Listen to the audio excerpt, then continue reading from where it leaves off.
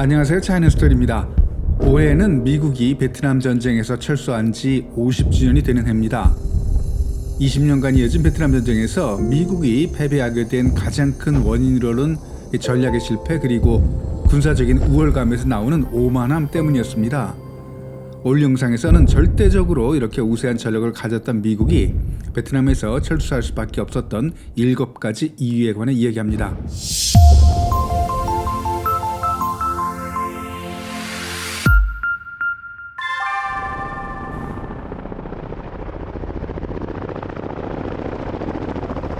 (1954년) 제네바 협정부터 1975년 사이공이 함락되기까지 20년간 지속된 베트남 전쟁의 변곡점이 되었던 주요 사건을 살펴보겠습니다. 제네바 협정은 베트남 분단 문제를 해결하기 위해서 체결된 국제협정이었지만 남북, 베트남 간의 갈등이 계속되면서 결국 평화를 가져오지는 못했습니다. 미군은 베트남의 밀림과 정글에서 활동하고 있는 북베트남군의 은신처를 제거하기 위해서 1961년부터 에이전트 오렌지라는 고엽제를 사용하기 시작합니다. 미국이 베트남 전쟁에 개입하는 결정적인 계기가 된 사건으로 북베트남군은 8월 2일 공격에 이어서 8월 4일에도 tonkin만에서 순찰 활동 중인 미 해군의 매덕스 구축함을 공격했습니다. 미군이 참전의 명분을 만들려고 한 자작극이라는 음모론도 있었습니다. 미군과 남베트남군을 지원하기 위한 미 공군의 대규모 공습작전으로 북베트남의 군사, 산업 및 이 사회 인프라를 파괴했습니다.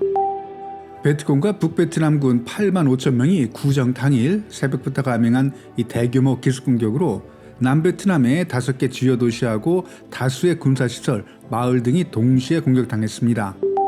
미국 오하이오주 켄트시에서 발생한 무력 충돌로 반전 시위 충돌 과정에서 방위군이 발표함으로써 학생 4명이 사망하고 9명의 학생이 부상당했습니다.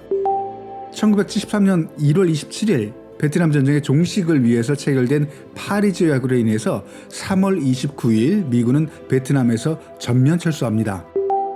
1975년 4월 30일 사이공이 함락됩니다. 남베트남은 1975년 7월 2일 무조건 항복했고 베트남은 1976년 7월 2일 정식으로 통일됩니다. 미국에서 12,000km나 떨어져 있는 베트남의 내전에 미국이 개입하게 된 데에는 크고 작은 여러 가지 원인이 있습니다. 순서대로 정리해보면 먼저 베트남의 독립으로 17도선을 기준으로 남과 북에 각각 정부가 세워진 후에 남북 간 내전이 발생합니다. 북한, 중국에 이어서 도미노 효과로 인도차이나 반도의 공산화를 우려한 미국은 남베트남 정권을 적극적으로 지원했지만 무능하고 부패한 남베트남 정권의 계속되는 실정으로 공산화의 가능성이 커지자 미국은 tonkin만 사건을 명분으로 베트남전에 참여하게 됩니다. 미국이 베트남에서 실패한 이유는 전투 방식과 전략 그리고 병력 관리 등의 문제뿐만 아니라 과도한 군사 개입으로 베트남인들의 반감이 커진 것도 영향이 있습니다. 그리고 무리한 작전으로 미국 내 반전 여론뿐만 아니라 국제사회의 비난을 받기도 했습니다. 미국이 베트남전에서 실패한 원인을 7가지로 정리해봅니다. 아무리 미국이라도 지구 반대편에서 전쟁을 벌이는 일은 어려운 일입니다. 1968년 베트남에 파병된 미군의 숫자는 50만 명 이상이었습니다. 전쟁에 쓰인 돈 또한 천문학적인 숫자였는데요. 2008년 미국 의회 보고서를 보면 베트남 전쟁 총 비용은 6,860억 달러였고요. 이보다 4배 이상의 비용이 들어간 2차 대전에서 미국은 승리한 경험이 있었습니다. 그리고 한국전쟁을 통한 실전 경험으로 자신감이 있었고 1968년까지만 해도 이길 수 있다는 믿음이 있었습니다. 그러나 1968년 구정 대공세 이후 이런 믿음에 의문이 생겼고 미 의회가 전쟁 지원 자금을 더 이상 지원하지 않겠다고 결정하면서 미국은 결국 1973년 베트남에서 철수합니다. 헐리우드 영화를 보면 미군은 밀림에서 고전하지만 북베트남군이나 베트공은 밀림에서 자유롭게 이동하고 기습공격하는 것으로 묘사됩니다. 하지만 북베트남이나 베트공도 밀림에서는 미군과 같은 어려움을 겪었다는 의견이 있습니다. 문제는 베트남 밀림에서의 전투가 벌어질 시간과 장소는 대부분 북베트남군이 결정했다는 주도권을 그들이 가졌다는 점입니다. 또한 북베트남군의 경우 후퇴하는 과정에서 안전지대인 라오스와 캄보디아로 퇴각할 수 있었던 반면 미군은 이런 안전지대가 없이 전투에 임했습니다. 그러나 미국의 가장 큰 실수는 베트남 전체에 대한 전략보다는 베트콩과의 게릴라 전쟁에 지나치게 집중했던 점입니다.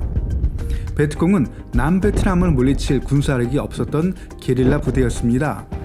이런 전략적인 오류로 북베트남의 정규군이 남부로 진입하게 되고 결국 전쟁에서 패하게 됩니다. 1960년대 후반 베트남전은 미국민들에게 TV로 중계되는 최초의 전쟁으로 인식되면서 전례 없이 전쟁에 대한 관심이 높았습니다. 1966년 자료를 보면 미국 가정의 93%가 TV를 보유하고 있었고요. 당시 전쟁 관련 콘텐츠는 지금보다 검열 수준도 낮았고 실시간으로 방송됐습니다. 결과적으로 TV와 신문에서 무고한 시민들이 살해당하고 폭행, 학대당하는 잔혹한 장면들이 그대로 노출되면서 1968년 이후에는 많은 미국민들이 전쟁에 반대하는 대규모 시위가 일어나게 됩니다. 그 중에서도 켄트 주립대 폭력 사태는 반전운동이 전 미국으로 확산하는 결정적인 계기가 됐습니다. 미군은 베트남전에서 비인간적인 살상 무기를 사용했습니다. 네이팜탄 그리고 고엽제 등의 피해로 특히 농촌 지역에서 미군에 대한 인식이 나빠지기 시작했고 탐색 및 파괴 작전으로 1968년 마일의 학살 사건을 비롯해서 수많은 민간인들이 희생됐습니다. 이에 따라 처음에는 미군의 호의를 보이던 지역 주민들도 결국 반미로 돌아섰습니다. 당시 대부분의 남베트남 주민들은 전쟁을 피해 살고 싶었던 사람들로 공산주의자들은 아니었습니다. 남베트남군보다 북베트남군의 승리에 대한 의지가 더 강했습니다. 이건 북베트남군 그리고 베트콩 포로들 대상으로 미 국방부 그리고 랜드 코퍼레이션이 진행한 연구에서도 확인됩니다. 북베트남군과 베트콩들이 전쟁에 참여한 이유는 대부분 베트남 통일을 위한 의미였다고 합니다. 대량의 사상자가 발생하면서도 북베트남군이 전투를 계속 이어나갈 수 있었던 주요 원동력은 이런 애국심이 원인일 수도 있습니다. 미국은 한때 사상자 수에 집착해서 병력 충원 속도보다 빠른 속도로 적을 사살한다면 북베트남군은 전투 의지를 일일이 판단했었습니다. 전쟁 기간 중에 약 110만 명의 북베트남 그리고 베트콩 군인들이 사망했지만 전쟁이 종료될 때까지 병력이 줄지 않고 유지됐습니다. 북베트남군의 사기가 남베트남군보다 더 강하다고 확신하기는 어렵지만 북쪽의 세뇌 공작과 선전선동이 남쪽에 비해서 유효했던 것은 확실해 보입니다. 남베트남의 결정적인 약점은 국민들이 가진 정부에 대한 불신이었습니다. 남베트남은 인구의 10에서 15% 정도의 소수파인 천주교도들이 권력을 잡고 있었고 이에 대해서 대부분 불교시자였던 남베트남 주민들의 불만이 컸습니다. 결국 남베트남 정부는 대다수 국민의 지지를 얻지 못했습니다. 더구나 남베트남 정부는 미국의 대량 원조를 받게 되면서 극도로 부패해졌고 이런 부패는 남베트남 군에도 영향을 끼치게 됩니다. 닉슨 대통령도 미군이 철수할 때 남베트남 정권은 무너질 것이라고 예상했습니다. 북베트남 군만이 가진 장점은 국민들을 장기간 전쟁에만 집중시킬 수 있는 공산주의 국가만의 통제 능력을 들 수 있습니다. 반면 민주국가였던 남베트남에서는 그런 환경을 조성하는 게 불가능했습니다. 북베트남은 자살 공격이나 인적 공격과 같이 인명피해가 막심한 전술을 꺼리낌 없이 채용할 수 있었지만 미군이나 남베트남군에서는 상상도 불가능한 전술이었습니다. 그리고 북쪽은 전쟁 초기부터 소련과 중국으로부터 재정 그리고 군사 지원을 꾸준히 받았지만 남쪽의 지원은 안정적이지 못했고 구정 대공세 이후 더욱 불안정했습니다. 전쟁으로 인해서 50만 명 이상의 민간인이 사망했고 고엽제 후유증으로 기형아 문제 등 수많은 사람이 고통을 받았습니다. 전통적인 쌀 수출국이었지만 농지가 파괴되면서 식량 생산이 어려워졌고 또 많은 숙련 노동자들이 공산당 정권의 박해를 두려워해서 베트남을 떠났습니다. 그리고 통일 후에는 북베트남이 세운 강제 수용소에서 많은 사람들이 재교육을 받았습니다. 약 5만 8천 명의 군인이 사망했고 15만 3천여 명의 미군이 다쳤습니다. 그리고 10만 명이 넘는 참전군인들은 트라우마 그리고 신체장애로 치료를 받아야만 했습니다. 병역 기피자들은 차별받았고 일부는 해외로 도피했습니다. 그리고 귀국한 참전 군인들은 잔인한 폭력배로 대접받았습니다.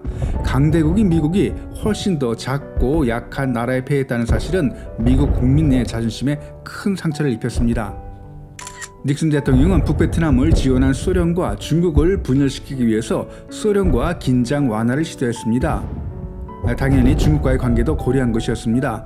그리고 동맹국들에 대해 자국의 안보는 자국 스스로 책임져야 한다는 닉슨 독트린을 발표했습니다. 오늘 영상은 여기까지. 영상이 유익했다면 구독, 좋아요 부탁드립니다. 감사합니다.